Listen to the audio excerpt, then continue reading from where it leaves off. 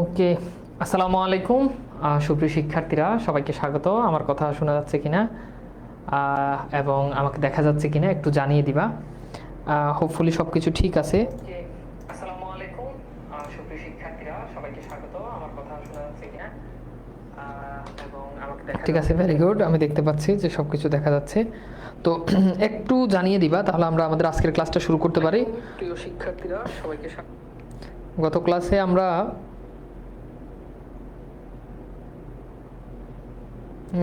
আমরা অনেক কিছু পড়েছি, তো আজকে আমরা এর পর থেকে পড়ার জন্য চেষ্টা করব। আজকে আমাদের ব্যাকরণিক শব্দ শ্রেণীর পার্ট 2 এবং ফেব্রুয়ারি 1969 এই কবিতাটা পড়বো আমরা। তো চলো আমরা তাহলে শুরু করে দিই আমাদের আজকের ক্লাস। তো আমরা এক নজরে একটু দেখব যে আমরা গত ক্লাসে আমরা কতটুকু পর্যন্ত পড়েছিলাম। আমরা যদি দেখি বিশেষ্য পদ কাকে বলে, কত প্রকার কি কি, এটা পড়ছিলাম। বিশেষণ পদটাও আমরা পড়ছি, তাই না? তারপর আমরা অনেকগুলো কোশ্চেনও সলভ করছি বিশেষণ পদ থেকে, অ্যান্ড এই কোশ্চেনগুলো আমরা সলভ করছি। আবেগ শব্দটা আমরা গত ক্লাসে পড়েছিলাম। সর্বনামটা আজকে আমরা পড়বো। আবেগ শব্দটা আমরা পড়েছিলাম। এরপর আমরা আরো অনেকগুলো পড়েছি, ক্রিয়া পড়েছি, এই যে ক্রিয়া আমরা পড়েছি, তাই না? তারপর আমরা যৌগিক ক্রিয়াটাও আমরা পড়েছি। তো এগুলো আমরা পড়েছি। আজকের ক্লাসে আমরা মূলত যেখান থেকে আলোচনাটা শুরু করব সেটা আমরা প্রথমত একটু আলোচনা করব সর্বনাম। আমাকে একটু জানাবা যে গত ক্লাসে কি আমরা সর্বনামটা পড়েছিলাম কিনা, সর্বনামটা আমরা কি পড়েছিলাম কিনা সেটা আমাকে একটু জানাবা, তাহলে আমি আলোচনাটা স্টার্ট করতে পারবো। ঠিক আছে, ওকে। ওয়ালাইকুম সালাম। সবাই একটু ঝটপট জয়েন করে ফেলো, দেন আমরা শুরু করে দিই। তো আমরা যেখানে ছিলাম, ভাইয়া লেট হলো কেন? একটু লেট হয়ে গেছে, মানে আমার বাসায় আসলে যে থাকে ও যে আমি তো জাস্ট ক্লাসে ঢুকে যাই, ও সবকিছু ঠিকঠাক করে দেয়। তো ও ছিল না, আমাকে নিজেই ঠিক করতে হয়েছে, ওই জন্য আমি তো আসলে এই জন্য আর কি। ঠিক আছে, কবিতা তো সিলেবাসে নাই। কে বলছে ফেব্রুয়ারি 1969 কবিতা সিলেবাসে নাই? সিলেবাস দেখছো কখনো তুমি? সিলেবাস উল্টাই দেখছো কখনো? আচ্ছা, তো আমাকে একটু জানাও যে আমাকে একটু জানাবা প্লিজ যে আমার ইয়েটা কি, মানে সর্বনাম পদটা কি তোমাদেরকে পড়াইছি?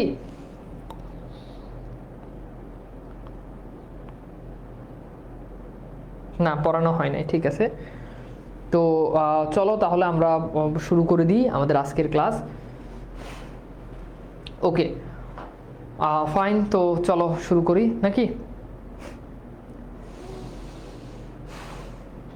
ওকে, সর্বনাম পড়ানো হয় নাই। তো আসো, প্রথমত আমরা একটু সর্বনামের বেসিক জিনিসটা একটু জানবো, যে সর্বনামের বেসিক যে ব্যাপারটা, সেই ব্যাপারটা সম্পর্কে আমরা ছোট্ট করে একটুখানি আলোচনা করি। আচ্ছা, সর্বনামকে ইংরেজিতে কি বলে বলো তো? আচ্ছা, ফেব্রুয়ারি 1969 এটা কি তোমাদের সিলেবাসে নাই? মানে এটা কি শর্ট সিলেবাসে নাই?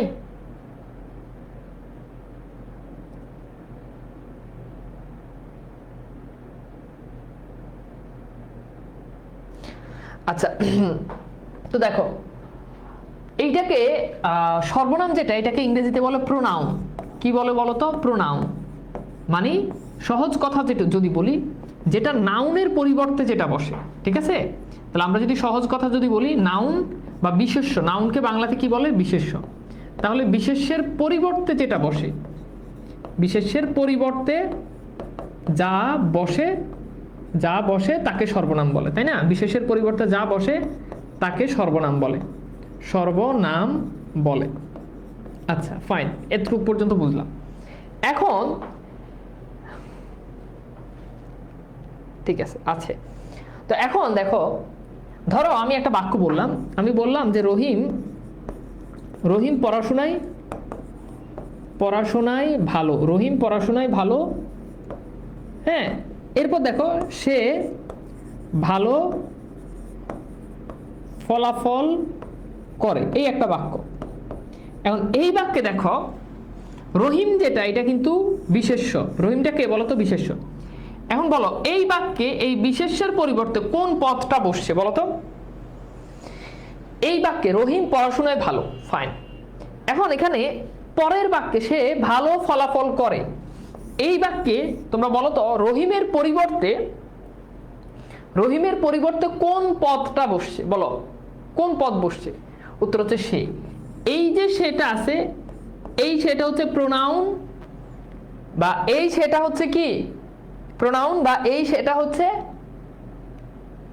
সর্বনাম। এই সেটা কি বলতো? সর্বনাম। সেটা কি বলো? এটা হচ্ছে সর্বনাম। ভেরি গুড, বুঝতে পারছো? আচ্ছা, এখন এই সর্বনামগুলোর টাইপগুলো নিয়ে আমরা একটু আলোচনা করি। এখন আমরা সর্বনামগুলোর একটু টাইপ নিয়ে আলোচনা করব। ওকে, ফাইন। আচ্ছা, তো দেখো একটু টাইপগুলো একটু দেখি। নাম্বার 1, একটা হচ্ছে পুরুষবাচক বা ব্যক্তিবাচক সর্বনাম, অর্থাৎ যেই সর্বনামটা কেবল ব্যক্তিকে বোঝাতে ব্যবহার করা হয়। যেমন দেখো সে, দেখো এটা ব্যক্তিবাচক সর্বনাম। তুমি, দেখো আমি, হ্যাঁ, তারা, তাদের, মোদের, মোরা, মোরা একটি ফুলকে বাঁচাবো বলে যুদ্ধ করি, আছে না? তাহলে এই যে এই ধরনের যে সর্বনাম, এগুলোকে বলা হয় পুরুষবাচক বা ব্যক্তিবাচক সর্বনাম। তাহলে পুরুষবাচক বা ব্যক্তিবাচক সর্বনাম কি বোঝা গেছে? আচ্ছা, এরপর আসে আত্মবাচক সর্বনাম। আত্ম মানে হচ্ছে নিজ, অর্থাৎ যেই সর্বনামটা নিজ অর্থ দেয়, নিজ, এটা হচ্ছে আত্মবাচক সর্বনাম। যেমন নিজ, এটা নিজেই আত্মবাচক সর্বনাম। নিজ, স্বয়ং, আমরা বলি না যে স্বয়ং আমি এই কাজ করব, স্বয়ং, খোদ, খোদ, ঠিক আছে? ওই যে রেইনকোট গল্পে পড়ছো যে খোদ মিলিটারি কলেজে চলে এসেছে, তার মানে খোদ মানে কি? মানে নিজেই। তাহলে নিজ অর্থ দিলে সেটা হচ্ছে আত্মবাচক সর্বনাম। ইংরেজিতে এগুলোকে বলা হয় রিফ্লেক্সিভ প্রোনাউন। কি বলে? Reflexive pronoun.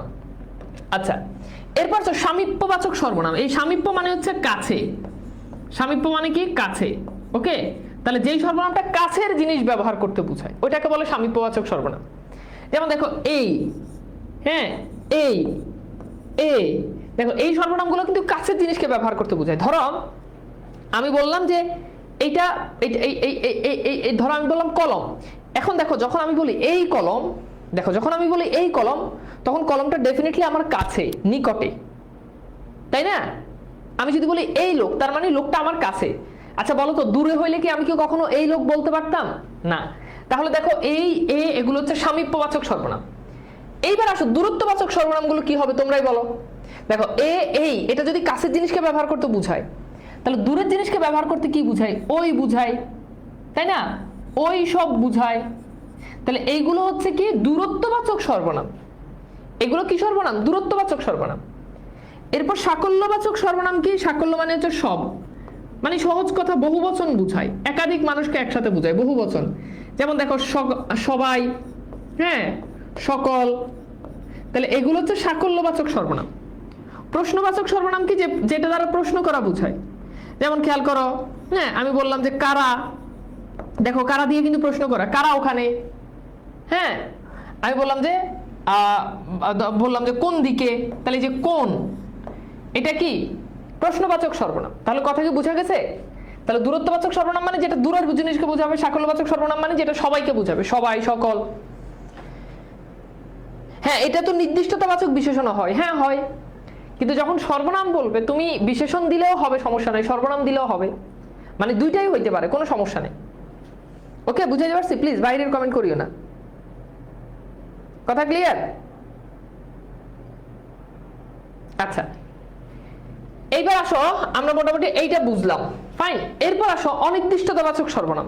দেখো এখানে একটু আগে বুঝলাম, এরপর আসো অনির্দিষ্টতাবাচক সর্বনাম। অনির্দিষ্টতাবাচক সর্বনাম কি? অর্থাৎ যেই সর্বনামটা দ্বারা নির্দিষ্ট কোনো জিনিসকে বোঝায় না। যেমন বললাম যে চলো কোথাও ঘুরে আসি।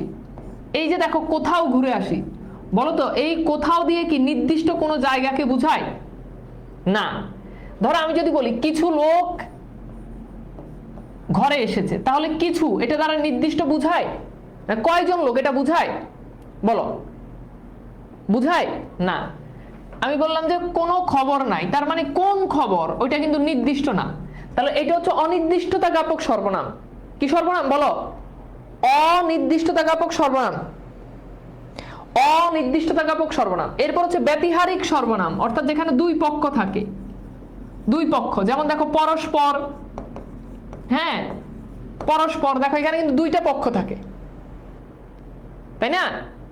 তাহলে দেখো এই যে পরস্পর, যদি বলি নিজেরা, দেখো নিজেরা, তার মানে এখানে দুইটা পক্ষ। নিজেরা বলতে আমি, নিজ এটা না, নিজেরা, দুইটা পক্ষ। সংযোগ জ্ঞাপক সর্বনাম, অর্থাৎ যেই সর্বনামটা দুইটা বাক্যের মাঝে সংযোগ করে, সংযোগ। যেমন যে, যেমন আমি তাকে বলেছি যে, খেয়াল করো, আমি তাকে বলেছি যে তুমি পড়ো, তাহলে দেখো এই যে তুমি পড়ো এইটা একটা বাক্য, এরপর দেখো আমি তাকে বলেছি এটা একটা বাক্য। এই যে দুইটা বাক্যের মাঝে সংযোগ করছে, এই জন্য যে হচ্ছে সংযোগ জ্ঞাপক। আর অন্যদিবাচক সর্বনাম হচ্ছে যেই সর্বনামটা দ্বারা অন্য কাউকে বুঝাবে, অন্য বা অপর এই ধরনের, মানে সহজ কথা হচ্ছে নিজ ছাড়া অন্য কাউকে যেটা বুঝায়, অন্য কাউকে বুঝাতে। যেমন দেখো অন্য, অপর, পর, এগুলো হচ্ছে অন্যদিবাচক সর্বনাম। এইবার বলো সর্বনামের ক্লাসিফিকেশন গুলো ক্লিয়ার কিনা?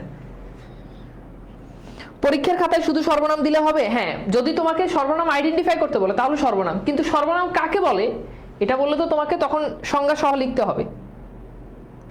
ওকে, বুঝছো? তাহলে দেখো আমি আরেকবার একটু রিপিট করে দিচ্ছি। অর্থাৎ পুরুষবাচক সর্বনাম যেটা দ্বারা পুরুষ মানে ব্যক্তি বুঝাবে, তুমি, আমি, সে। আত্মবাচক মানে হচ্ছে যেটা দ্বারা নিজ, স্বয়ং, খোদ। আর সামীপ্যবাচক মানে হচ্ছে যেটা দ্বারা সমীপে, কাছের কোনো জিনিসকে বুঝাবে, এই, এ। ওকে, দূরত্ববাচক মানে যেটা দূর বুঝাবে। সাকল্যবাচক মানে যেটা সবাইকে বুঝাবে, যেমন সকল, সবাই। প্রশ্নবাচক মানে যেটা দ্বারা প্রশ্ন করা বুঝাবে। পারবা? এবার আসো আমরা একটু রাজশাহী বোর্ড 2016 কোশ্চেনটা সলভ করি। নিম্নলিখিত অনুচ্ছেদ থেকে সর্বনাম পদ খুঁজে বের করো। তো এখানে বলা ছিল যে 5টা সর্বনাম পদ খুঁজে বের করো। এইবার এখান থেকে তোমরা একটু সর্বনাম পদগুলো একটু খুঁজে বের করো তো। কবি কাজী নজরুল ইসলামের জীবনের পরিণাম অত্যন্ত করুণ, মস্তিষ্কের পক্ষাঘাতে আক্রান্ত হয়ে 1942 সাল থেকেই তিনি ছিলেন নির্বাক ও ভাবশূন্য। হ্যাঁ, এটা তারপর হচ্ছে এটা সম্ভবত বাকশূন্য হবে। আচ্ছা, ধরো ভাবশূন্য এটাই। 1976 সালে কবি জীবন প্রদীপ নির্বাপিত হলে তার সমাধি রচিত হয় ঢাকা বিশ্ববিদ্যালয় মসজিদ প্রাঙ্গণে। গানে তিনি এই আশা ব্যক্ত করেছিলেন, মসজিদের ওই পাশে আমায় কবর দিও ভাই। তার সেই ইচ্ছা পূর্ণ হয়েছিল। এখন এখান থেকে 5টা সর্বনাম পদ খুঁজে বের করো। সব লাগবে না, 5টা। তবে মনে রাখবা যদি কখনো দেখো যে মানে একটা সর্বনাম 2বার বসছে, তাহলে ওইটাকে একটা হিসাবেই কাউন্ট করবা। বুঝছো? ওকে, গুড। একটু ঝটপট সর্বনামগুলো একটু বের করো তো, দেখো পারো কিনা। দ্রুত একটু সর্বনাম পদগুলো বের করো। দেখো 5টা একসাথে লিখো, 5টা একসাথে লিখো। হ্যাঁ, তুমি যদি আনসার করো সর্বনাম পদ কাকে বলে, কত প্রকার, কি কি, তাহলে অবশ্যই সবগুলা প্রকারই লেখা লাগবে। বাট ওই যে সর্বনাম পদ কাকে বলে, এই যে দেখো এই প্রশ্নটা থেকে সর্বনাম পদ কাকে বলে এই প্রশ্নটা লিখলে 5 মার্ক। কত প্রকার কি কি, এত কাহিনী করে 5 মার্ক। আর এখানে তুমি জাস্ট মানে 30 সেকেন্ডে 5টা সর্বনাম পদ লিখে দিলেই 5 মার্ক। তার মানে বুঝতে পারতেছো যে প্রশ্ন না লিখে এই ধরনের প্রশ্নগুলো আনসার করা এটা সবচেয়ে ভালো। মানে রচনামূলক প্রশ্ন না লেখাটাকেই আমি কি করি, সাজেস্ট করি। বুঝছো? আচ্ছা, ভেরি গুড। তো দেখো আমরা একটু দেখি। তো এখান থেকে দেখতে পাচ্ছ এই যে তিনি, এটা একটা সর্বনাম। তাহলে আমরা এখানে লিখি। এখন এই প্রশ্নের উত্তর কিভাবে লিখবা? ধরো প্রশ্ন এটাই দিছে, তাহলে তুমি জাস্ট এইটা লিখবা যে এই যে এত নং প্রশ্নের উত্তর এটা লিখে লিখবা সর্বনাম। ওকে, ফাইন। তাহলে সর্বনামগুলো কি কি? একটা হচ্ছে তিনি, ঠিক আছে। এরপর হচ্ছে কমা, এরপর দেখো এই যে তার, এটা একটা, দেখছো? তাহলে তার, এটা একটা। এরপর দেখো এই যে তিনি, এটা কিন্তু একবার লিখছি, তার মানে এটা এখন আর লেখার দরকার নাই। ওকে, এ, এটা একটা, এ, এটা কিন্তু সর্বনাম, ঠিক আছে। মসজিদের পাশে আমায়, এই যে দেখো আমায়, এটা একটা সর্বনাম। ওকে, আচ্ছা, তাহলে দেখো এখানে আমায় আমাদের মোটামুটি 4টা হয়ে গেছে। আরেকটা লিখি আমরা। এরপর দেখো এই যে তার, এটা খেয়াল করো, এই যে তার, এটা কিন্তু একবার লিখছি, এই যে একবার লিখছি না, তাহলে এটা আর লেখার দরকার নাই। চেষ্টা করতে হবে ইউনিক 5টা মিলানোর জন্য। এরপর দেখো এই যে সে, এটা একটা। ওকে, তাহলে সে, এটা একটা, শেষ। এই যে একটু লিখলে 5 মার্ক, একটু লিখলে 5 মার্ক, একটু লিখলে কি 5 মার্ক। বুঝছো? সিম্পল। তাহলে এতটুকু পর্যন্ত আমরা যদি লিখি আমাদের 5 মার্ক হয়ে গেছে। সিম্পল জিনিস, সহজ জিনিস। তো এইবার বলো ভাইয়া, তো সর্বনাম পদ এটা কি 100 ক্লিয়ার? বলো তো। এই যে এখানে এখানে একটা উত্তরটা ভুল আছে, সমস্যা নাই। আচ্ছা, এইবার ক্লিয়ার। এবার আসো অনুসর্গ। অনুসর্গগুলো ঠাড়া মুখস্থ করতে হবে। হ্যাঁ, অনুসর্গগুলো মুখস্থ করতে হবে। তো আমি এখানে অনেকগুলো অনুসর্গ দেওয়া আছে, মোটামুটি এগুলো যদি মুখস্থ করতে পারো তাহলেই হবে। অনেকগুলো আছে এখানে। একটা লিখে নাও, একটা মনে হয় মিস্টেক আছে, ওইটা অভিমুখে, অভিমুখে, এটা অনুসর্গ, ঠিক আছে। আচ্ছা, ফাইন। তো এইবার এই অনুসর্গগুলো তোমাদেরকে আমি 2 মিনিট সময় দিলাম, তোমরা একটু 2 মিনিট এই অনুসর্গগুলো ভালো করে পড়ো। মানে দেখো এটা কিন্তু বোঝার কিছু নাই, জাস্ট তোমার পরীক্ষায় আসবে কোনটা অনুসর্গ এটা তোমাকে আইডেন্টিফাই করতে হবে। আমার কথা কি বোঝা গেছে? কোনটা অনুসর্গ ওইটা তোমাকে কি করতে হবে? আইডেন্টিফাই করতে হবে। তাহলে ওইটা আইডেন্টিফাই করার জন্য দেখো কোনটা অনুসর্গ ওইটা তোমাকে আইডেন্টিফাই করতে হবে। তাহলে অনুসর্গগুলো আইডেন্টিফাই করার জন্য অনুসর্গগুলো তোমার মুখস্থ থাকা লাগবে। এখন তোমাদেরকে 2 মিনিট সময় দিচ্ছি, এটা মুখস্থ করো। এটা মুখস্থ না করলে কিন্তু সামনে কিন্তু আগানো যাবে না। আমি আবার বলতেছি, এটা যদি মুখস্থ না করো সামনে আগাইতে পারবো না। সো আমি 2 মিনিট সময় দিচ্ছি, একটু মুখস্থ করে বা ভালো করে এমন ভাবে পড়বা যে মুখস্থ হয়ে গেছে। আবার বলছি, এটা মুখস্থ না করলে তোমার কিন্তু মানে 1 মার্ক তুমি পাবা না, কারণ অনুসর্গ থেকে একটা প্রশ্ন চলে আসে, এটা টোটালি মুখস্থ।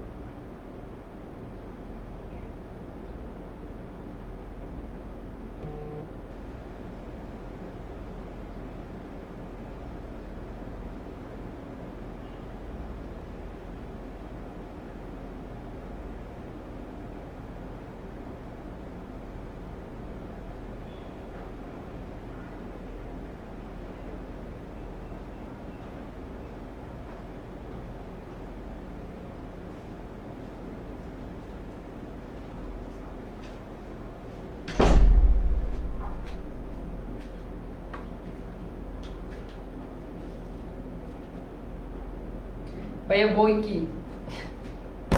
এই বই মানে এই বই দ্বারা বোঝায় ছাড়া, এই বই মানে বুক না। হ্যাঁ, এই বই মানে বুক না।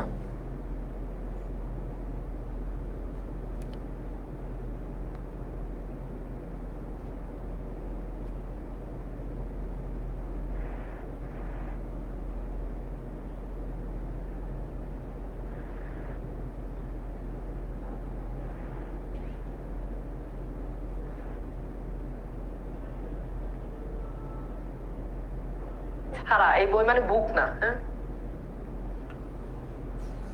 ওকে, হয়েছে? মুখস্থ হয়েছে?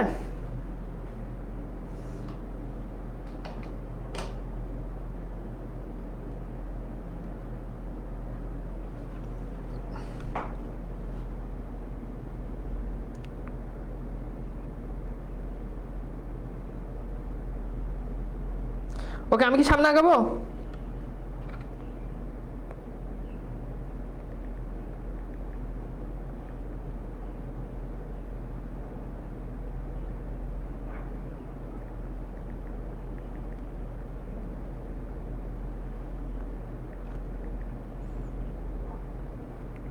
ওকে, বুঝছো, এটা মুখস্থ। যেটা মুখস্থ এটা মুখস্থ, এখানে দুনিয়ার কোনো কাহিনী চলবে না।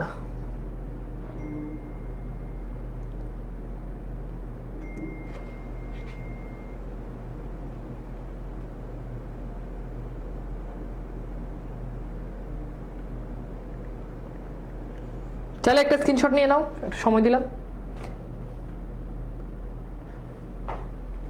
চাইলে একটা স্ক্রিনশট নিয়ে নাও। জীবন খুবই দুঃখের, বুঝছো, খুবই কষ্ট জীবন। জীবন চলে যায় কিরে,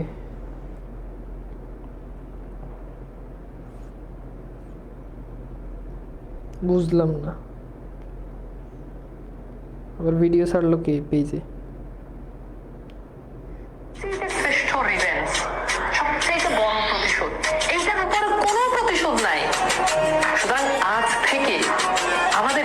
জীবন পরিবর্তনের সংগ্রামে লড়াই করতে হবে। এই মুহূর্ত থেকে আমাদেরকে নিজেদেরকে পরিবর্তন করতে হবে। এই মুহূর্ত থেকে নিজের অবস্থানকে আজ থেকে 2 বছর পর 5 বছর পর কিভাবে নিজেকে একটা ভালো জায়গায়। দেখছো আমার ক্লাস কাইডা বলা হয়নি, ব্যাকগ্রাউন্ড মিউজিক টিউজিক লাগাইয়া মনে হয় যে অনেক কি যে একটা অবস্থা, বুঝছো। বিশাল মোটিভেশনাল স্পিকার,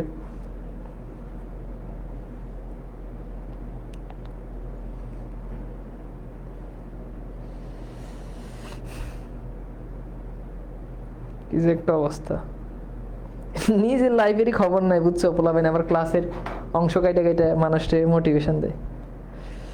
তো মাঝে মধ্যে আবার বিভিন্ন পেজ টেজে ছাড়লে পোলাবেন আবার কমেন্ট করে, ভাই সেরা মোটিভেশন, এরকম মোটিভেশনাল স্পিকার আমাদের অনেক দরকার। আমি কি আমার নিজের লাইফেরই খবর নাই? হ্যাঁ, খাই ঘুমাই ভংচং করি, আমি আবার পোলাবেন মোটিভেশন দেবো, আবার সেই মোটিভেশন পোলাবে। খুবই হতাশ আমি।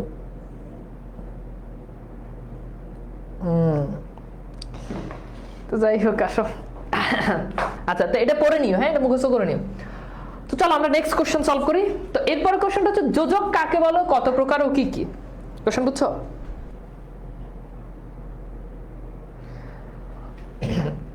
তো দেখো কি, যোজক কাকে বলে, কত প্রকার ও কি কি।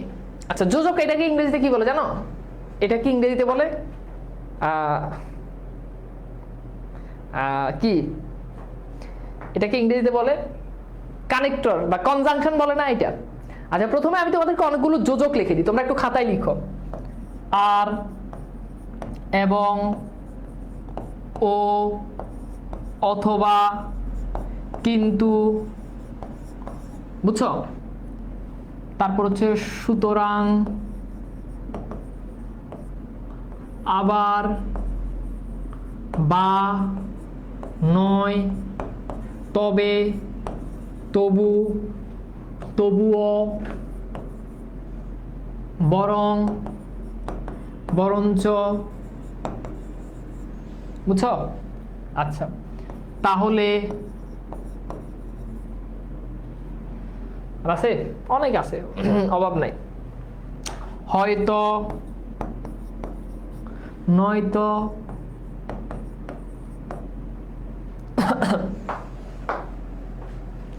নইলে, তাহলে, তাহলে তো লিখলাম, এগুলো আর কি, বুঝছো? এগুলো হচ্ছে কি যোজক, এগুলো একটু লিখে নাও খাতায়। তাহলে মানে যোজক কাকে বলে, জাস্ট যোজকগুলো তুমি আইডেন্টিফাই করতে পারবা আর কি। যোজকগুলো কি করতে পারবা? আইডেন্টিফাই করতে পারবা। একটা বাদ গেছে, অথচ বাদ গেছে, অথচ, অথচ, অথচ, ঠিক আছে? এগুলো হচ্ছে যোজক।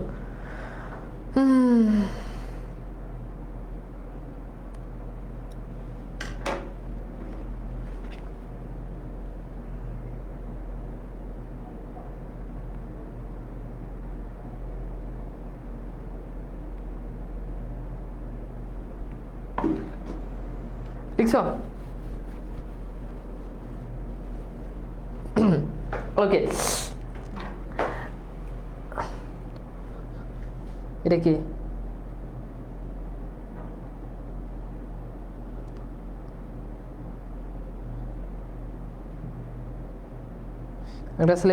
একটা ছেলেকে আজকে ব্যান করছি। আচ্ছা ঠিক আছে, লিখছো লিখছো। হ্যাঁ, একটা আরেকটা আছে তাই, এই যে থ্যাংক ইউ, একজন বলছে তাই, এটাও কিন্তু যোজক, তাই, ঠিক আছে?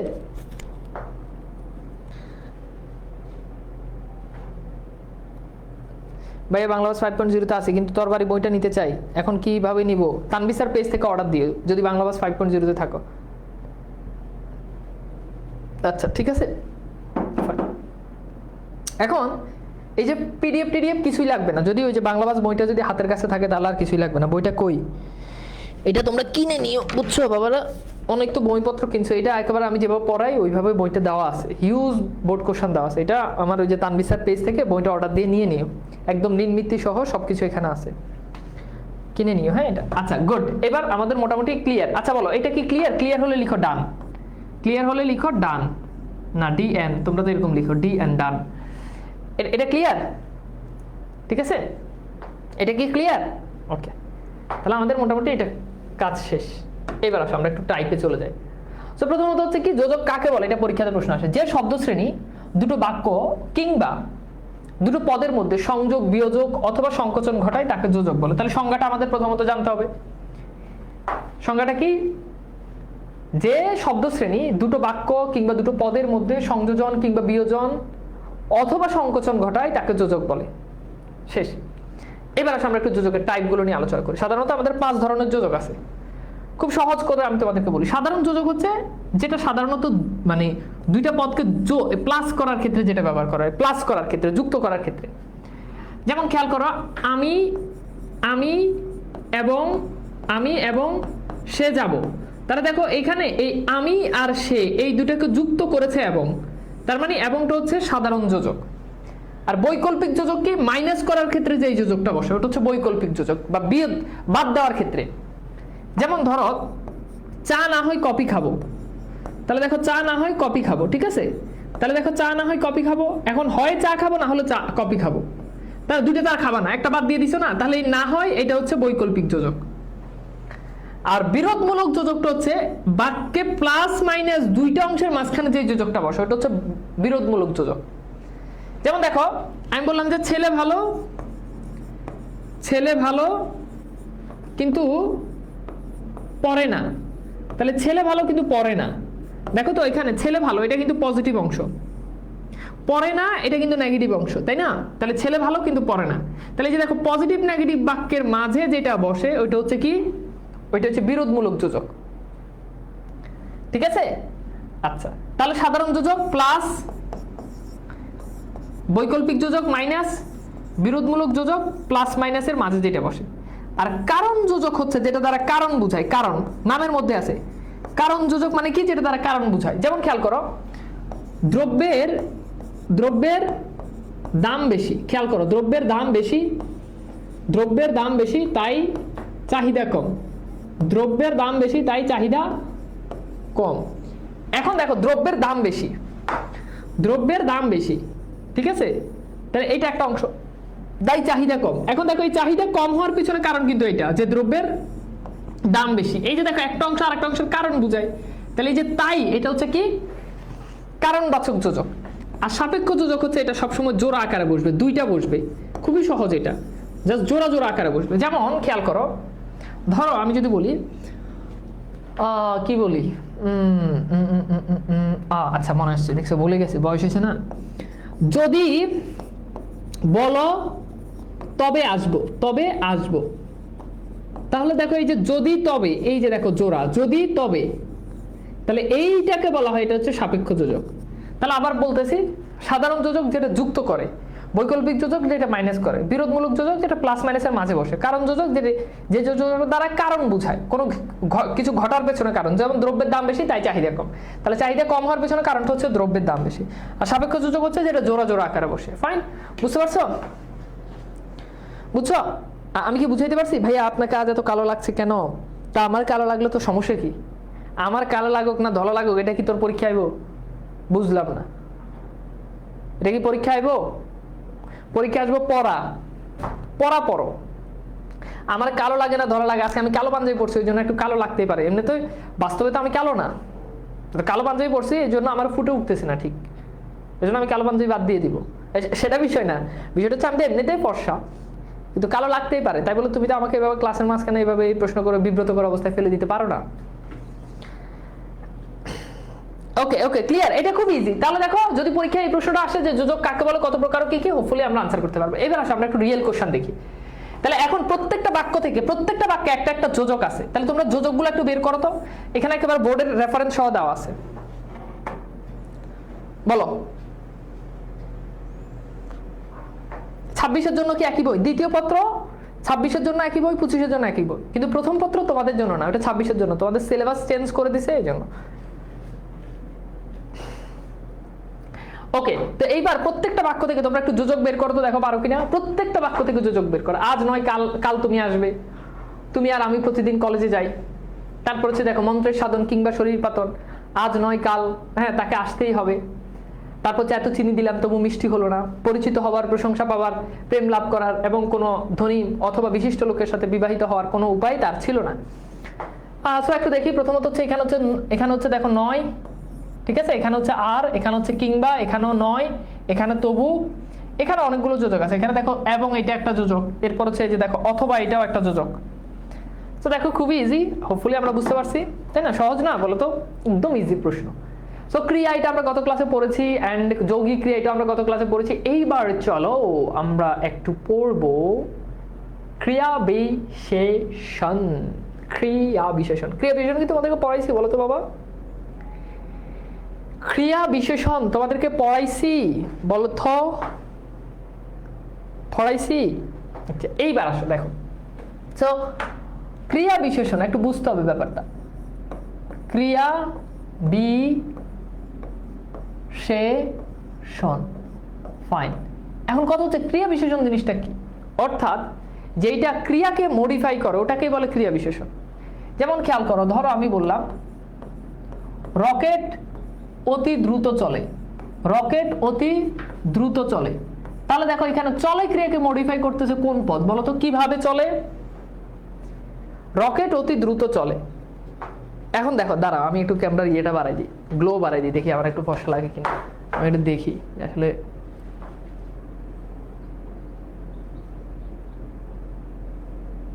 না, এটা বাড়াই দিলে বোর্ডটা একটু হোয়াইট হোয়াইট হয়ে যায়।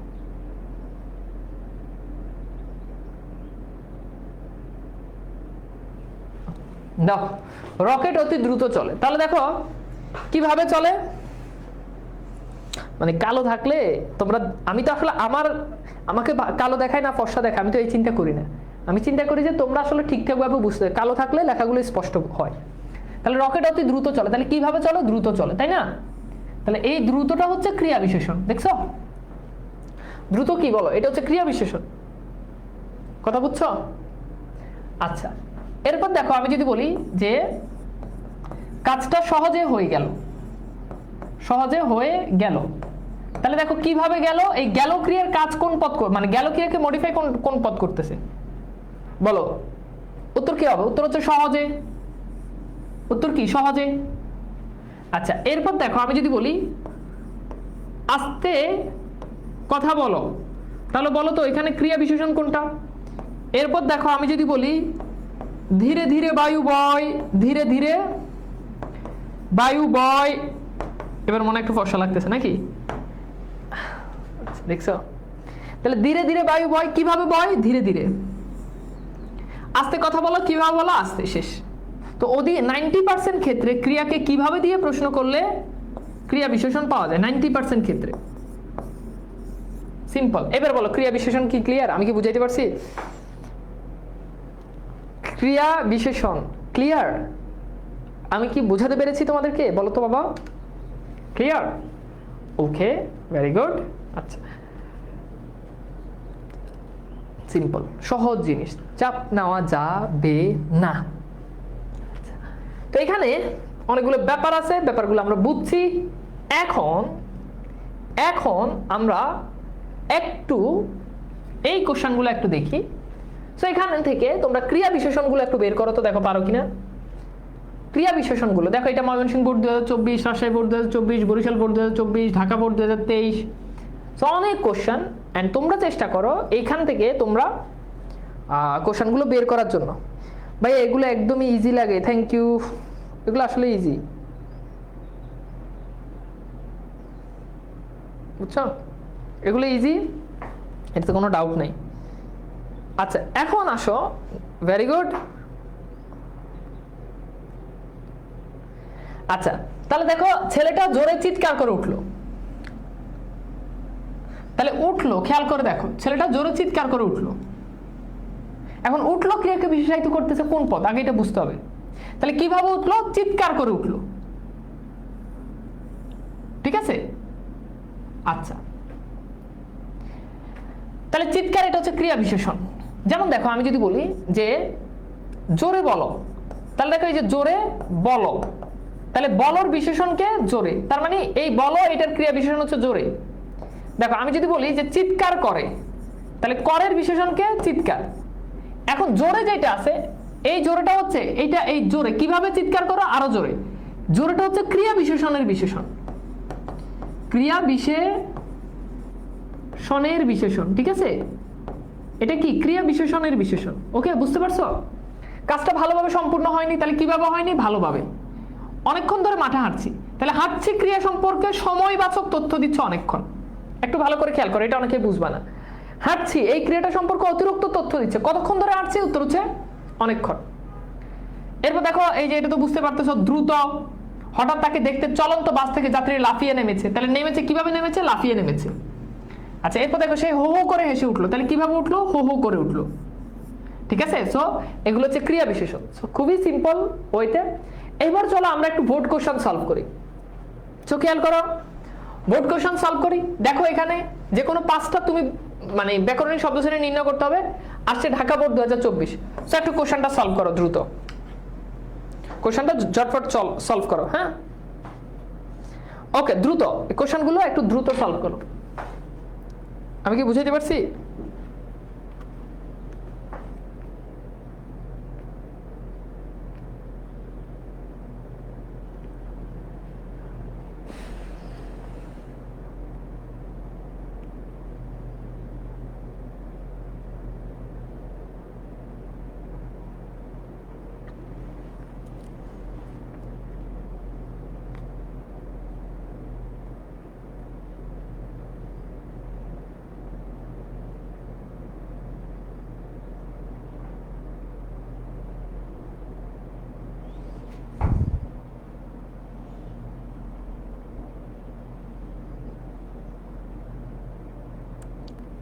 দ্রুত সলভ করো।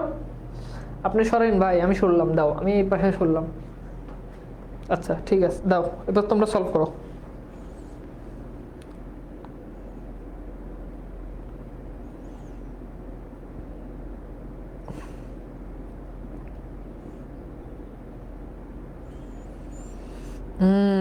মনটা মনে মনে অনেক খুশি রে। কেন খুশি জানো?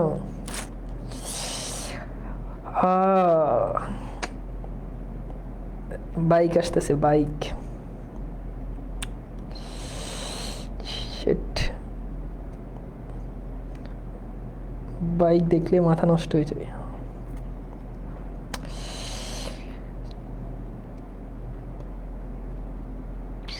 ওকে, সলভ করছো তোমরা?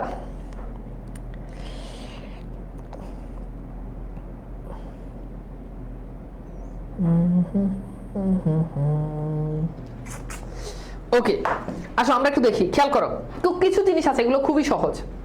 যেমন দেখো চমকায়, এটা তো ক্রিয়া, তাই না? দেখো, আচ্ছা আমি এখান থেকে একটা একটা করে সলভ করি, প্রথম থেকে একটা একটা করে সলভ করি, তাহলে বুঝতে সুবিধা হবে। চুলতার কবেকার অন্ধকার বিদেশির নিশা। তো বুঝতে পারতেছো, এই যে কবেকার, হ্যাঁ কবেকার অন্ধকার, তার মানে দেখো এটা মডিফাই করতেছে। চুলতার কবেকার অন্ধকার বিদেশির নিশা, চুলতার এইটাকে মডিফাই করতে যে কবেকার।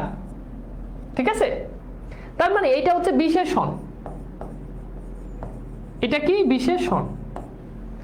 এরপর দেখো পাশে এটা অনুসর্গ, এটা কিন্তু মুখস্থ করানোর জন্য বলছি। আচ্ছা, এরপর দেখো কর্ষিত জমি, তাহলে কেমন জমি? দেখো জমিকে মডিফাই করতেছে কর্ষিত, তাহলে এটা হচ্ছে বিশেষণ। ঠিক আছে, হাই হাই, তাহলে এটা তো আবেগ, হাই হাই আবেগ। আচ্ছা, এরপর দেখো চমকায়, এটা তো ক্রিয়া, জোরে চলছে, তাহলে এটা কি? ক্রিয়া বিশেষণ, ক্রিয়া বিশেষণ। এরপর দেখো মুক্তিযুদ্ধ, এটা তো নাউন, তার মানে এটা বিশেষ্য। আচ্ছা, এরপর দেখো এখানে ফেলে দিলে, ফেলে দিল, তাহলে এটা তো যৌগিক ক্রিয়া। এই যে দেখো ফেলে অসমাপিকা ক্রিয়া, দিল সমাপিকা ক্রিয়া, তাহলে এটা তো যৌগিক ক্রিয়া। আমরা প্রথম ক্লাসে যৌগিক ক্রিয়া পড়েছি, তাই না? ডান। এবার বলো কার কয়টা হয়েছে? বলো তো কার কয়টা হয়েছে, কার কয়টা হয়েছে?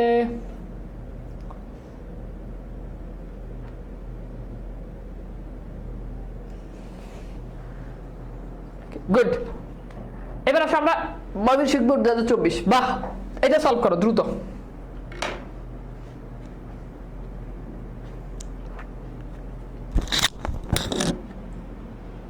দ্রুত এটা সলভ করো, আমি 1 মিনিট সময় দিলাম, দ্রুত সলভ করো।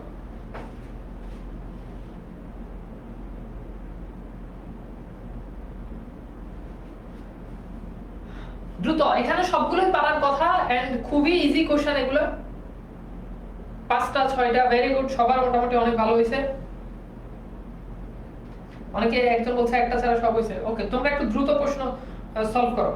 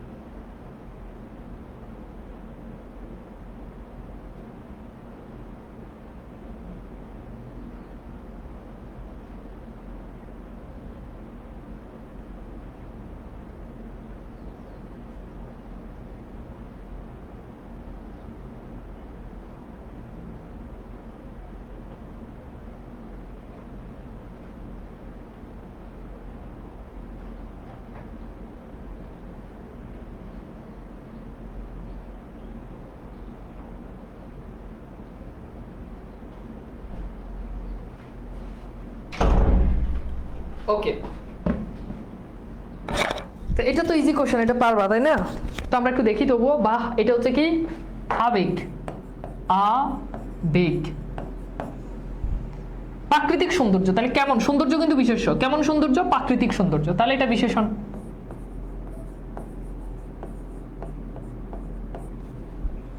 নিজে, তাহলে এটা কি সর্বনাম। আর এটা কি যোজক। আই আল্লাহ, কি সোজা কোশ্চেন। জোরে, তো দেখো এই যে উঠলো, কিভাবে উঠলো? চিৎকার করে উঠলো। তো চিৎকার এটা কি? এটা হচ্ছে ক্রিয়া বিশেষণের বিশেষণ। মানে দেখো চিৎকারটা হচ্ছে ক্রিয়া বিশেষণ। হ্যাঁ, যদিও এখানে জোরেকেও ক্রিয়া বিশেষণ লিখলে ভুল হবে না। তুমি জোরেকে ক্রিয়া বিশেষণও লিখতে পারো, যেটাই লিখো ভুল হবে না।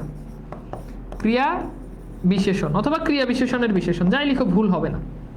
নীলটা কি? বিশেষণ। দুনিয়ার সকল রঙের নাম বিশেষণ। আগামী এসো, এসোটা কি বলো? ক্রিয়া। ময়না, ময়না পাখির নাম, তার মানে এটা বিশেষ্য। ময়না পাখি, শেষ। এবার বলো কার কয়টা হয়েছে বলো তো, কার কয়টা হয়েছে? চলো বরিশাল বোর্ড 2024 সলভ করো। কার কয়টা হয়েছে জানাও, আর বরিশাল বোর্ড 2024 সলভ করো। তো এখানে খেয়াল করে দেখো, বিরাট দুঃসাহসেরা দেয় উকি অনেকক্ষণ ধরে। এটা তো তোমাদেরকে একটু আগেই সলভ করাইছি, এটা পারবা। আহা, রোগা, মন। তো দেখো সলভ করে দেখো দ্রুত।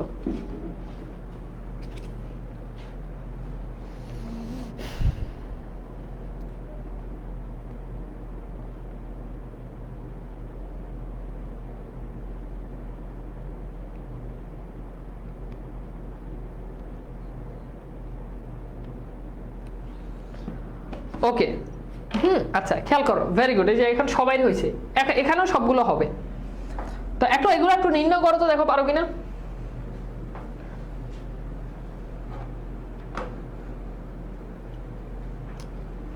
দ্রুত করো এগুলা। যেমন উকি, এটা অনেকে বুঝবা না। উকি এটা তো খুব সিম্পল। উকি এটা, এটা বিশেষ্য।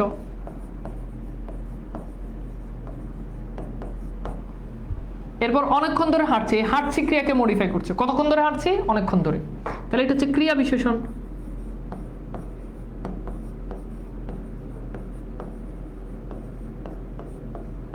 ঠিক আছে। আহা, এটা কি? আবেগ। রোগা মানুষ, এই যে মানুষকে মডিফাই করছে, তাহলে রোগা এটা হচ্ছে কি? বিশেষণ। মন, এটা তো বিশেষ্য।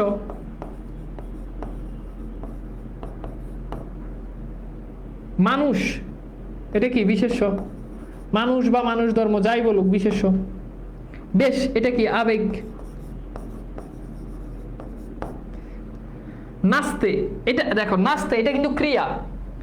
এটা কি সমাপিকা ক্রিয়া? না, শুধু সমাপিকা ক্রিয়া হলে শুধু ক্রিয়া লিখবা। প্রথম ক্লাসে এটা কিন্তু ক্লিয়ার করছি। যেহেতু এটা অসমাপিকা ক্রিয়া, তাহলে আমাদেরকে অসমাপিকা ক্রিয়া লিখতে হবে। অসমাপিকা ক্রিয়া, অসমাপিকা ক্রিয়া। ঠিক আছে, সিম্পল। এইবার বলো এখানে কার কয়টা হয়েছে? দেখো সবগুলো লিখে দিলাম। এরপর দেখো যশোর বোর্ড 2024, পায়ে হাঁটা পথ, দারুণ সুন্দর। তো বুঝতে পারতেছো, সুখের লাগিয়ে ঘর বাঁধিনু। একটু দেখো তো পারো কিনা।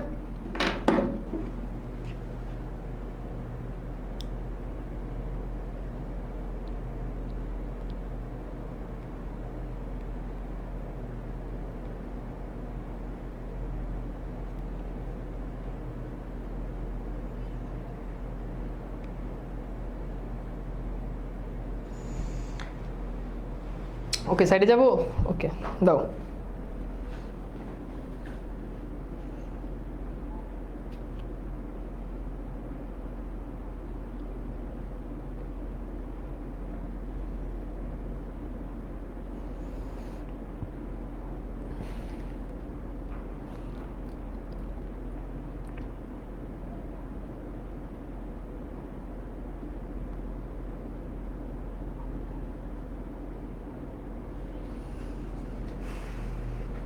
এটা তো আরো ইজি কোশ্চেন, সবই ইজি। একটু একটু পড়লেই পারবা। তো দেখো এটা পায়ে হাঁটা পথ, এটা কিন্তু পথকে মডিফাই করতেছে, যে কতটুকু পথ, পায়ে হাঁটা পথ, তাই না? তাহলে এটা হচ্ছে পথের বিশেষণ। এটা কি? পথের বিশেষণ। খুব ফাস্ট আনসার করতে হবে। আচ্ছা, এবার এইটা একটু খেয়াল করো, দেখতে সুন্দর, ঠিক আছে? তাহলে সুন্দর, এখন দেখো সুন্দরের বিশেষণ আবার দারুণ, তার মানে সুন্দর এটা একটা বিশেষণ, এটার বিশেষণ আবার দারুণ, তার মানে এটা হচ্ছে বিশেষণের বিশেষণ। এটা কি বলো? বিশেষণের বিশেষণ। বাদিনু মানে হচ্ছে বাদলাম, মানে সুখের জন্য গড় বাদলাম, তাহলে বাদিনু মানে কি? বাদলাম। তাহলে বাদলাম হচ্ছে এটা কি? ক্রিয়া।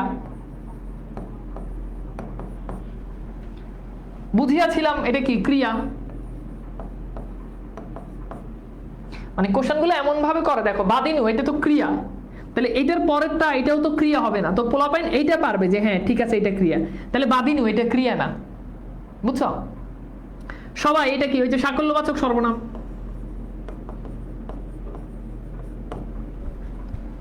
বিপদ এটা কি? বিশেষ্য।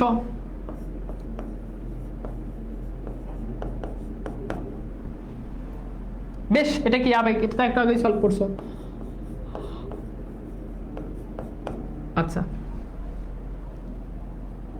এরপর দেখো সর্বশেষ কি আছে? কাজটা ভালোভাবে, এটা তো আমরা পড়ছি, তাহলে হয়েছে ক্রিয়াকে মডিফাই করতেছে, সো এটা হচ্ছে ক্রিয়া বিশেষণ।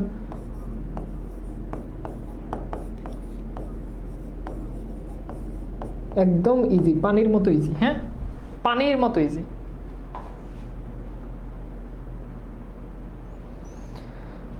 পানির মতো ইজি, ঠিক আছে, গুড। এইবার বলো, ব্যাকরণিক শব্দ শ্রেণী থেকে যদি পরীক্ষা প্রশ্ন আসে 5 মার্ক মিস যাবে? বলো তো, 5 মার্ক কি মিস যাবে? বলো, 5 মার্ক মিস যাবে? 5 মার্ক মিস যাওয়ার কি কোনো সুযোগ আছে? বলো, কোনো সুযোগ রাখা যাবে এক্ষেত্রে?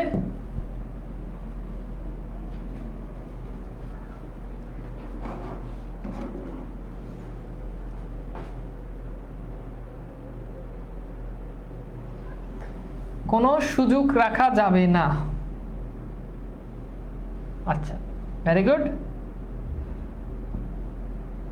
তো এখন আমরা পড়বো ফেব্রুয়ারি 1969 এই ছোট্ট কবিতাটা।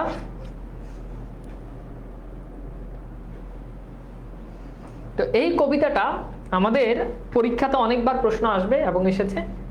তো প্রথমত আমরা একটু লেখক পরিচিতির দিকে তাকাই, যে ইনফরমেশনগুলো আমাদেরকে মনে রাখতে হবে। প্রথমত আমাদেরকে মনে রাখতে হবে যে সৈয়দ এটা লিখেছেন শামসুর রাহমান, তো তার নাম কিন্তু রহমান না, তার নাম হচ্ছে রাহমান। তো তার ডাক নাম হচ্ছে বাচ্চু এবং ছদ্মনাম হচ্ছে মজলুম আবিদ। এই দুটো ইনফরমেশন মনে রাখতে হবে, ঠিক আছে? এখানে মনে হয় তার জন্ম তারিখটা স্লাইডে একটু ভুল দেওয়া আছে, মেইন বই থেকে। মেইন বইতে যেটা দেওয়া আছে ওটাই সঠিক। পরীক্ষা এভাবে লিখতে হবে। হ্যাঁ, পরীক্ষা এভাবে লিখবা, চাই ওখানে তো বক্স করে দেওয়া ছিল, তুমি ডিরেক্ট মানে পরীক্ষায় কিভাবে লিখবা? ধরো এরকম তোমার ক দেওয়া থাকবে, তো ক হচ্ছে আবেগ, তাহলে তুমি ক লিখে জাস্ট আবেগ লিখে দিবা, পুরো বাক্য লেখা লাগবে না। ধরো খ হচ্ছে ক্রিয়া, জাস্ট ক্রিয়াটা লিখে দিবা, হয়ে যাবে। এইভাবে লিখবা পরীক্ষার হলে। হ্যাঁ, আচ্ছা ঠিক আছে। আচ্ছা, তাহলে এইটা গেল। এরপর আসো আমরা দেখি তিনি অনেকগুলো পুরস্কারও পেয়েছেন, তার অনেকগুলো সাহিত্যকর্ম আছে। এখানে এই যে তিনি কোথায় জন্মগ্রহণ করেছেন তার থেকে পরীক্ষাতে প্রশ্ন আসছে। তো এখন এখান থেকে আসলে আমাদেরকে যে জিনিসগুলো পড়তে হবে সেটা হচ্ছে লেখকের অনেকগুলো সাহিত্যকর্ম আছে, এগুলো একটু পড়ে রাখবা। হ্যাঁ, এগুলো একটু পড়ে রাখবা। যেমন প্রথম গান, দ্বিতীয় মৃত্যুর আগে, রৌদ্র করটিতে, বিধ্বস্ত নীলিমা, কই রে, কই গেল, কই জানি, এই যে এখানে। হ্যাঁ, বিধ্বস্ত নীলিমা, অনেকগুলো, বন্দি শিবির থেকে, বাংলাদেশ স্বপ্ন দেখে, অনেকগুলো। এরপর হচ্ছে তার কবিতা, বিখ্যাত তার কিছু কবিতা আছে, এগুলো একটু পড়বা। স্বাধীনতা তুমি, তুমি আসবে বলে সেই স্বাধীনতা, তোমাকে পাওয়ার জন্য এই স্বাধীনতা, বর্ণমালা, আমার দুঃখিনী বর্ণমালা। তো কবিতাটা হচ্ছে আমরা এগুলো তোমরা পড়বা, স্লাইড যখন পেয়ে যাবা, সাহিত্যকর্মগুলো একটু ভালো করে পড়ে রাখবা, তাহলেই হবে। তো এখন আমরা সরাসরি চলে যাই কবিতাতে। কবিতাতে যাওয়ার আগে তোমাদেরকে আমি একটু এই কবিতার প্রেক্ষাপটটা একটু বলি, তাহলে তোমাদের জন্য বুঝতে সুবিধা হবে। আচ্ছা বলো তো, 1969, আগে কবিতাটা একটু বুঝো। এই যে 1969, বলো তো 1969 কি হয়েছে? বলো, এই যে 1969 কি হয়েছে বলতে পারবা? মজলুম আদিব। আচ্ছা, 1969 কি হয়েছে বলো তো? গণ অভ্যুত্থান হয়েছে। গণ অভ্যুত্থান। এখন আবার ফেব্রুয়ারি কিসের সাথে সম্পর্কিত?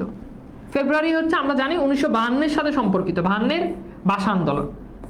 এখন এই যে ফেব্রুয়ারি, এটা হচ্ছে 1952-এর সাথে সম্পর্ক।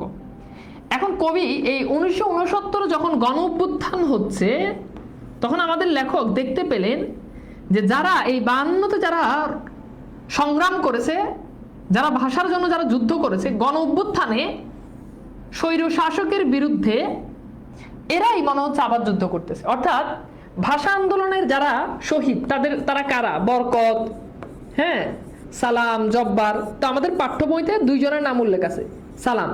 তো লেখকের কাছে মনে হচ্ছে যে সালাম, বরকত এরাই মনে হচ্ছে 1969 এসে আবার তারা যুদ্ধ করতেছে। অর্থাৎ গণ অভ্যুত্থানের যারা যুদ্ধ করতেছে তাদের প্রতিচ্ছবির মধ্যে আমাদের লেখক এই সালাম, বরকত অর্থাৎ ভাষা শহীদদের প্রতিচ্ছবি দেখতে পান, ভাষা শহীদদের প্রতিচ্ছবি দেখতে পান। তো আমরা কবিতাটা একটু পড়লে আমাদের কাছে আরো ক্লিয়ার হয়ে যাবে। তো বলছে আবার ফুটেছে দেখো কৃষ্ণচূড়া। কৃষ্ণচূড়া কি? একটা ফুলের নাম। এই ফুলটা কেমন আমরা যদি দেখি ছবিতে, দেখতে পাচ্ছ এখানে ফুলটার ছবি। তো ফুলটা ভীষণ লাল। এখন লাল কিসের প্রতিচ্ছবি বলো তো? রক্তের প্রতিচ্ছবি, তাই না? লাল কিসের প্রতিচ্ছবি? রক্তের প্রতিচ্ছবি। আবার ফুটেছে দেখো কৃষ্ণচূড়া, অর্থাৎ আগে একবার ফুটছে, অর্থাৎ এখানে বোঝাচ্ছে আবার দ্বারা ইঙ্গিত করছে যে 1952-তে একবার রক্ত দিয়েছে। এখন এই কৃষ্ণচূড়া ফুলের যেই রং, এই রংটা আমরা আবার দেখতে পাচ্ছি, অর্থাৎ বুকের রক্তটা আবার দেখতে পাচ্ছি 1969 এসে। থরে থরে, থরে থরে বলতে বোঝানো হচ্ছে বিন্যস্ত হয়ে। থরে থরে মানে কি? বিন্যস্ত বা সাজিয়ে গুছিয়ে, বিন্যস্ত হয়ে শহরের পথে। অর্থাৎ লেখক যখন শহরের পথ দিয়ে যাচ্ছে তখন এরকম কৃষ্ণচূড়া ফুলগুলো কবি দেখতে পায়। ওকে, এরকম থরে থরে কৃষ্ণচূড়া ফুল কবি দেখতে পায়। ঠিক আছে? আচ্ছা, এরপর দেখো কেমন নিবিড় হই। নিবিড় শব্দের অর্থ হচ্ছে একত্র, অর্থাৎ এই ফুলগুলো কেমন একত্র হয়ে ফুটে থাকে। কখনো মিছিলে, কখনো বা একা হেঁটে যেতে মনে হয় ফুল নয় ওরা শহীদের ঝলকিত রক্তের বুদবুদ। অর্থাৎ লেখক যখন মিছিলে যায় কিংবা যখন রাস্তা দিয়ে একা হেঁটে যায়, তখন লেখকের কাছে এই ফুলগুলো দেখে মনে হয় এরা ফুল নয়, এরা শহীদের রক্তের ঝলকিত বুদবুদ। বুদবুদ মানে বুঝো ওই যে ভাত ফুটে না এরকম। এই যে এখানে তোমাদেরকে বুদবুদের একটা চিত্র দেখাই, এই যে দেখতে পাচ্ছ, এই যে বুদবুদ দেখছো, এই যে এখানে কোন একটা জিনিস রান্না করতেছে, বুদবুদ। এখন বুদবুদ দ্বারা আসলে কি বুঝায়? সাধারণত আমরা টকবগে বুঝাতে, একেবারে টকবগে বুঝাতে কি এই বুদবুদ শব্দটা আমরা ব্যবহার করি, তাই না? দেখো একেবারে বুদবুদ। তো লেখক এখানে আমাদের যে ভাষা শহীদ তাদের এই কৃষ্ণচূড়া ফুলগুলো লেখকের কাছে মনে হয় তাজা রক্তের মতো বুদবুদ করছে। গরু জবাই করলে দেখো যখন রক্ত যখন বের হয় দেখবা যে গরম রক্ত বুদবুদ করে। কোরবানির সময় যখন গরু জবাই করে তখন দেখো। তো এইরকম লেখক এই কৃষ্ণচূড়া ফুলের মধ্যে আমাদের যেই বুকের যেই রক্ত, সেই রক্তের প্রতিচ্ছবি লেখক দেখতে পেয়েছে। এরপর বলছে স্মৃতিগন্ধে ভরপুর, অর্থাৎ এই স্মৃতিগন্ধে, এই কৃষ্ণচূড়া ফুলের মধ্যে আমাদের স্মৃতি, আমরা কৃষ্ণচূড়া ফুলের মধ্যে লেখক গন্ধ পাচ্ছে, ফুলের গন্ধ না, আমাদের সেই 52-এর স্মৃতিকে আমাদেরকে মনে করিয়ে দিচ্ছে। কথা কি বোঝা গেছে? কথা কি বোঝা গেছে? তাহলে কি আবার ফুটেছে দেখো কৃষ্ণচূড়া থরে থরে শহরের পথে। শহরের পথে কৃষ্ণচূড়া ফুটছে একেবারে নিবিড় হয়ে। লেখক কখনো মিছিলে কিংবা কখনো একা হেঁটে যেতে মনে হয় যে এরা ফুল নয়, এই ফুলগুলো হচ্ছে শহীদের ঝলকিত রক্তের যে বুদবুদ, এবং এই ফুলগুলো স্মৃতির মধ্যে একেবারে আমাদের স্মৃতিকে আমাদেরকে কি করে? স্মরণ করিয়ে দেয়। এরপর বলছে, খেয়াল করে দেখো, এরপর বলছে এ রঙের বিপরীতে আছে অন্য রং, যে রং লাগে না ভালো চোখে। অর্থাৎ এই যে যারা দেশের জন্য কাজ করে, যাদের রক্তকে কবি একেবারে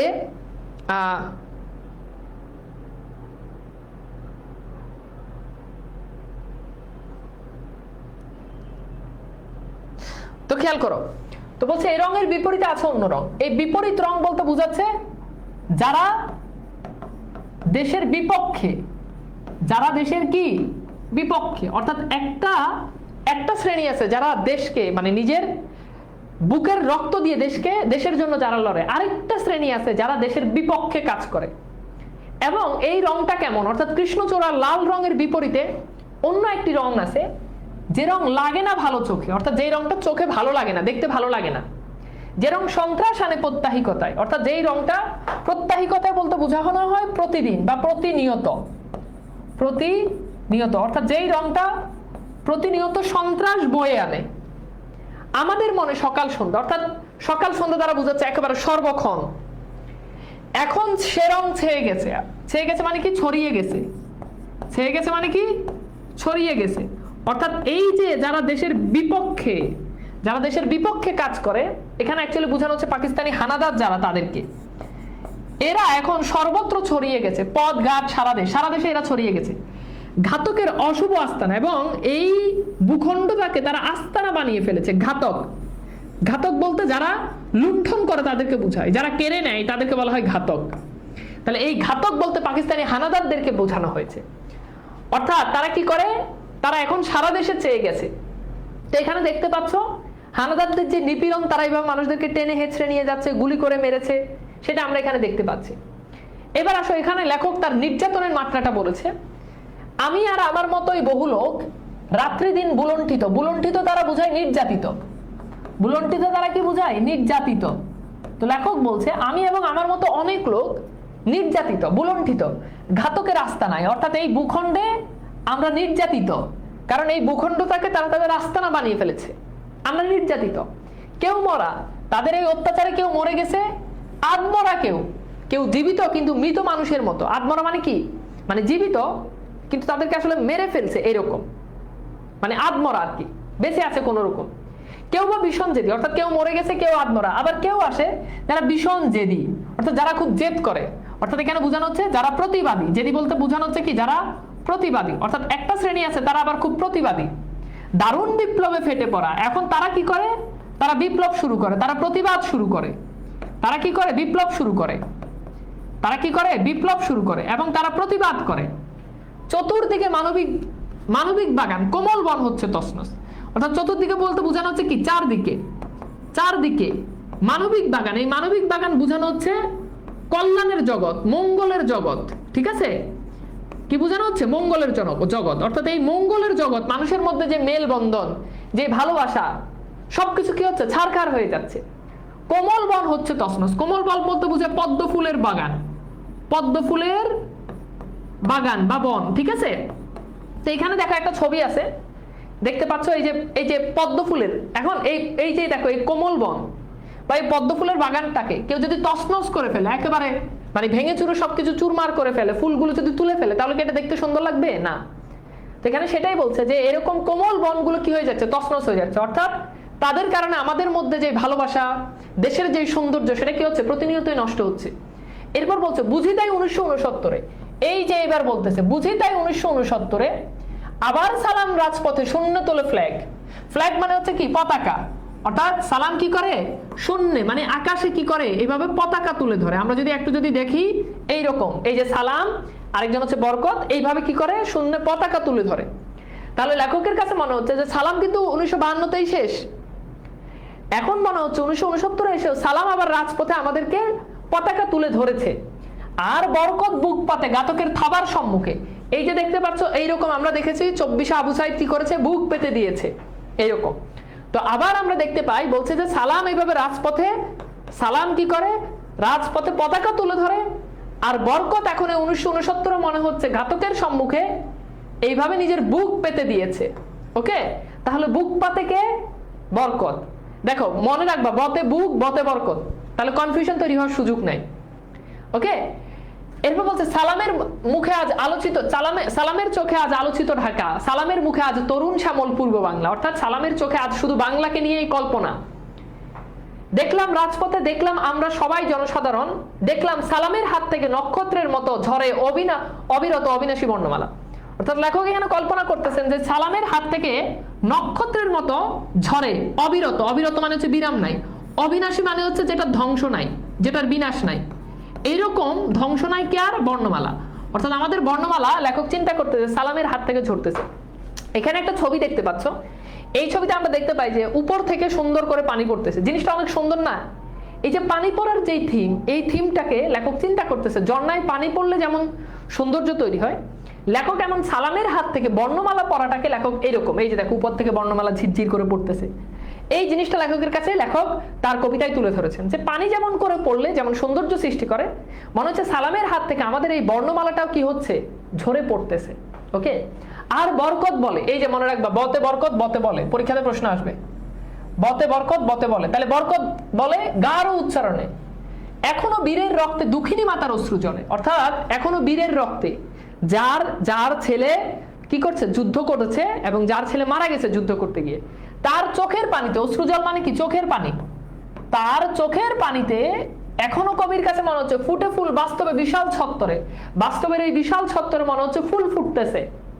হৃদয় হরিত উপত্যকায়, হরিত উপত্যকায় বুঝো এরকম, এই যে একটা সুন্দর জায়গা, এই ধরনের জায়গাগুলোকে সাধারণত দুই পাশে পাহাড় থাকে, এরকম জায়গাগুলোকে বলা হয় উপত্যকায়। তা আমাদের হৃদয়ের এমন হরিত উপত্যকায়, হরিত মানে হচ্ছে সবুজ, আমাদের হৃদয়ের এই সবুজ উপত্যকার মধ্যে মনে হচ্ছে যে কি ফুল ফুটতেছে, সেই ফুল আমাদের চেতনার প্রাণ, সেই ফুল আমাদেরই প্রাণ, শিহরিত ক্ষণে ক্ষণে আনন্দ রুদ্র আর দুঃখের ছায়া, আনন্দ হোক রৌদ্র হোক দুঃখ হোক, সেই ফুলটা আমাদের চেতনার প্রাণ। ওকে, এইবার আসো আমরা একটু বোর্ডে আসা কিছু কোশ্চেন সলভ করি। দেখো আমি তোমাদেরকে যেভাবে ইজি ওয়েতে বুঝাইছি, আমাদের বোর্ডেও কিন্তু একই টাইপের প্রশ্ন পরীক্ষাতে আসে। সো চলো আমরা বোর্ড কোশ্চেনগুলো সলভ করি। ফেব্রুয়ারি 1969 কবিতায় কে শূন্যে ফ্ল্যাগ তোলে, চট্টগ্রাম বোর্ড 2024। একটু দ্রুত কোশ্চেনগুলো সলভ করো। বুলণ্ঠিত মানে হচ্ছে নির্যাতিত, বুলণ্ঠিত মানে কি, নির্যাতিত।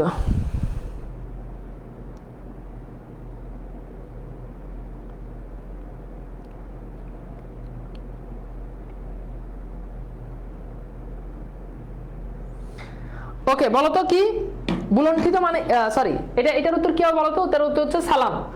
ফেব্রুয়ারি 1969 কবিতায় অবিনাশী বর্ণমালা কিসের প্রতীক, তাহলে অবিনাশী বর্ণমালা হচ্ছে প্রতিবাদের প্রতীক, মনে রাখবা প্রতিবাদের প্রতীক। হ্যাঁ, এরপর দেখো আমরা দেখি যশোর বোর্ড 2024 একটা প্রশ্ন আসছে, ভোরের ঠান্ডা, একটু খেয়াল করো,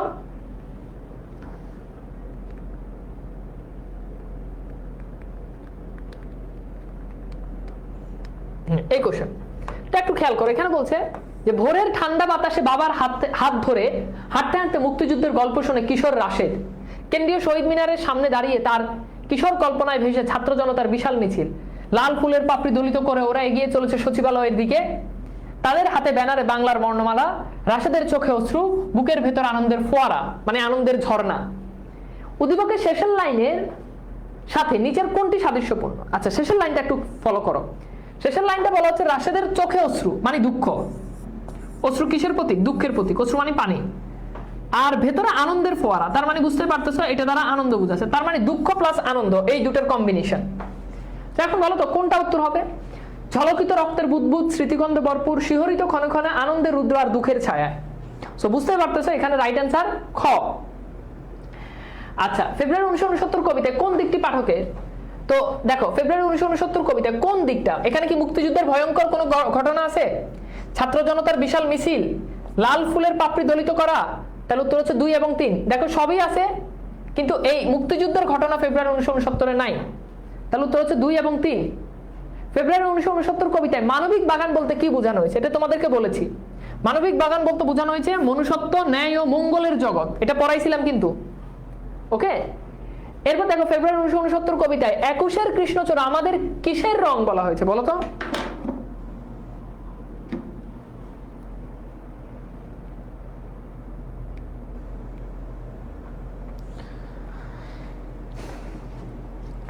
ওকে, বলো তো যে 21-এর কৃষ্ণচূড়া আমাদের কিসের রং, তাহলে উত্তর হচ্ছে আমাদের চেতনার রং।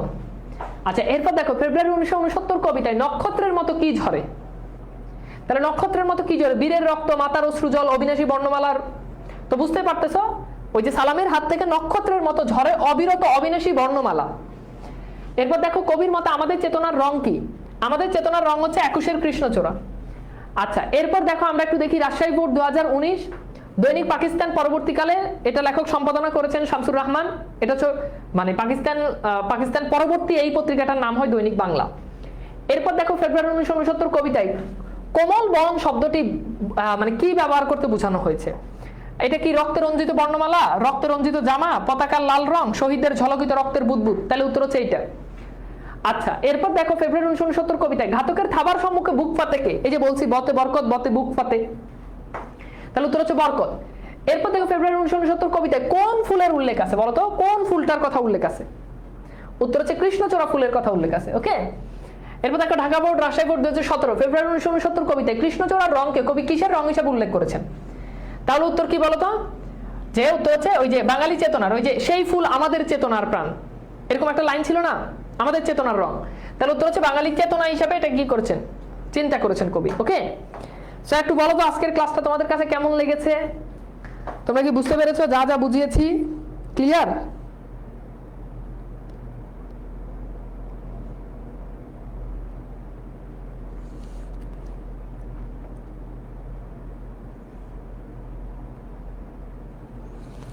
ক্লাসটা কেমন লেগেছে একটু জানিয়ে দাও। এন্ড পিডিএফ যেটা, ওই পিডিএফটা তোমাদেরকে দিয়ে দিব। হোপফুলি ক্লাসটা ভালো লেগেছে। তো সবাই ভালো থাকবা। আজকের মতো তাহলে বিদায় নিচ্ছি। সবার জন্য শুভকামনা। আল্লাহ হাফেজ। যা পড়াইছি তা ভালো করে পড়ো। ওকে, আল্লাহ।